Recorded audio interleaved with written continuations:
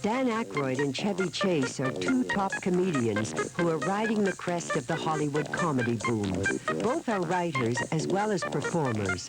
Both appeared first on the famous TV comedy show Saturday Night Live.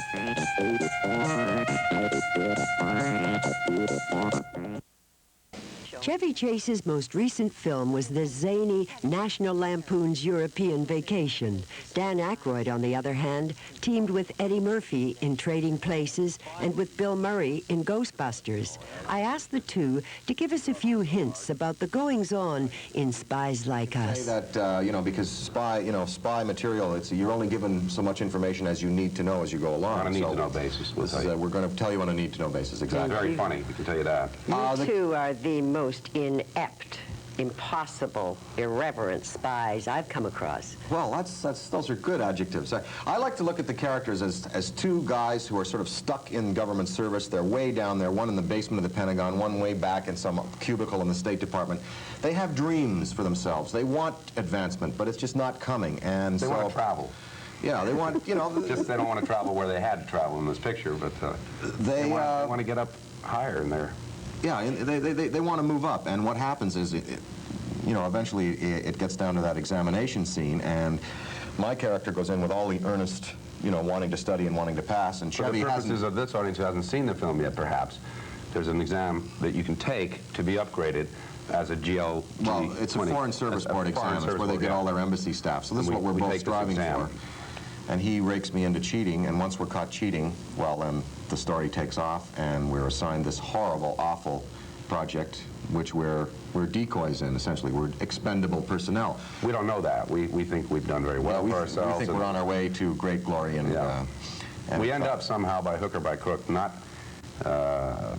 being expendable, and we get to the target area where we're supposed to be, and we save the world. Spying is a very serious business, very serious business. It almost brought down the West German government recently. Hotel chain. and the American spy case wasn't funny at all. Why do we find it's such a great spoof? I mean, what is inherently funny about spying? Well, to begin with, it's a ridiculous job to have when you think about it. The spies that we portray are very active, operative type spies. We're real operatives, from back behind the lines. You're some operator, I'll tell you that. Yeah, with my wife, no less, I might say. Really, what we've made here is an odyssey, though, a picaresque travel adventure story that takes you from the Pamir Mountains into the Pamir Mountains, really. From the what's the desert? The low-lying. The Hindu Kush, Pakistan, Kohistan, Wait a minute, Kohistan. you said with your wife. Yeah. Who's your wife? Well, Donna Dixon. Is your wife. I just talked to her, and she said my husband is a writer. He's from... Isn't that You didn't realize that was his wife? Espionage. Yeah, that's right. We're being very secretive here. Are you ever... Isn't that ridiculous? Yeah. Of course I didn't realize it. I read the press kit. It didn't say anything specifically about that. Why not? It's kind of sneaky. They're very personal. I don't know. In a way, because, she has an independent career from mine, and she really got the role because she was on a list with other people, and she read, for the role separately. I mean, I did lobby for her because she's great with comedy. She did that show Bosom Buddies. She knows timing. She knows comedy. Yes. And I said, we want a girl who knows comedy, who's going to be playing with comedians. And who's gorgeous. Yeah, well, so I had an interview with her alone in my office. No wonder she was a little embarrassed with the kissing scenes, etc., with husband. Well, we both were a little bit. I was there. I'm a married man, She said, you're very shy. I said, Chevy Chase shy with all that irreverent humor that's going on for so long? Well, you can be shy and yet somehow irreverent. Now, with Gorbachev and Ronald Reagan at the summit, they agreed on a cultural exchange. Now, what happens if your film, Spies Like Us, is chosen to go to Russia as part of the cultural exchange? What would the Russians think of this? Well, I think that... they'd laugh. They would laugh. They definitely would. It's a comedy. This has no political... certainly, from the point of view of the West, this is not a movie that has a political stance. It's anti-war, basically, and I mean, you can look at it as an anti-Star Wars or even, if you want to, a pro-Star Wars type of a situation. Basically, it's a comedy. They'd laugh. I think they'd laugh. I think they'd laugh, and I think that they'd see that you know, that we consider them as, you know, they're just people like us, and in the end, with the rocket crew that we finally meet and engage with there, you see that basically we're just all human beings. Now, we do tweak them a little bit on the Afghan situation. We do, you know, Donna does dispatch 3 border guards, and I think that's our way of kind of saying we've got to take back for what they're doing in Afghanistan. I think, you know, we go and we visit the front there, and you know, in a way, I think that's the only little political tweak in the movie is that, you know... Well, you're not easy on the military. Do you ever hear from any of these generals? Do they ever get you on I'm sure after the movie's released, we're going to be hearing. I'm going to have to put a smoke screen device in my car or something. I was drafted the other day. Yeah. You were drafted where? Against my will.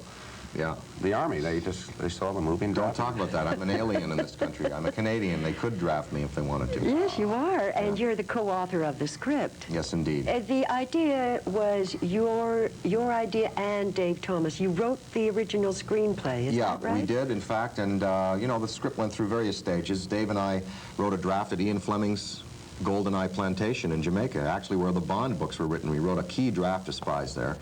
And then we brought it back. Universal didn't want to do anything. Bob Ramey went over to New World Pictures, and he was the guy in place there that had the power to make the movie. And, you know, he sold it to Warner Brothers, and Warner Brothers picked it up, and they brought in Brian Grazer and Gansen Mandel to take a look at it. And Gansen Mandel did huge, great work on the script. I'd work with him again anytime. It was really wonderful. They added to it and embellished it and everything. And Chevy... Did Chevy, you didn't co-author? Yes, he should. Well, he doesn't have a credit. He should. He wrote with me. I don't take credit for key weeks there. You know, I went away and typed it up, but he sat there and with me for key 2 weeks. We wrote the training sequence together, and we really got it to where, you know.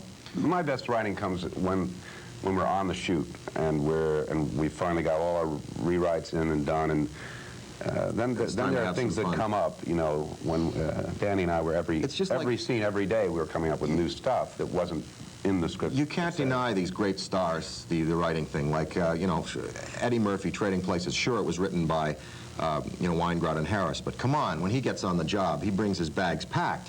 Bill Murray on Ghostbusters, sure, Harold and Ivan and I sat down and we wrote the thing, but Billy came in with all his, you know, his stuff packed, and same with Chevy. These guys come prepared. They come with their own little package and excitement, you see, and you know, in a way, there should be some kind of credit for them. Well, it is. I was going to ask you if your actors and your writers. I wondered how much that dual ability to write and act contributed to your success. Obviously, it really is everything. And in fact, it's interesting you should ask that. I was just in New York doing the new Saturday Night Live show, and there's a whole bunch of new kids there in the cast. And a lot of them asked me what advice I had for them. And my biggest piece of advice to them was to quit. No, my biggest piece of advice was, for those of you who aren't writing your own material or writing at all, start writing. Learn how to write. In fact, any actor I see or any young comedian who wonders, what can I do with my career? I say, write. Read a lot and write. And after a while, you get much more perspective that way. That's the value of Second City training, is what they taught us how to write on stage, and also to be part of an ensemble and a repertory, to work with other people, you know, and to give to the group, you know, and that's really key and important in all these ventures that we've become involved with. You may be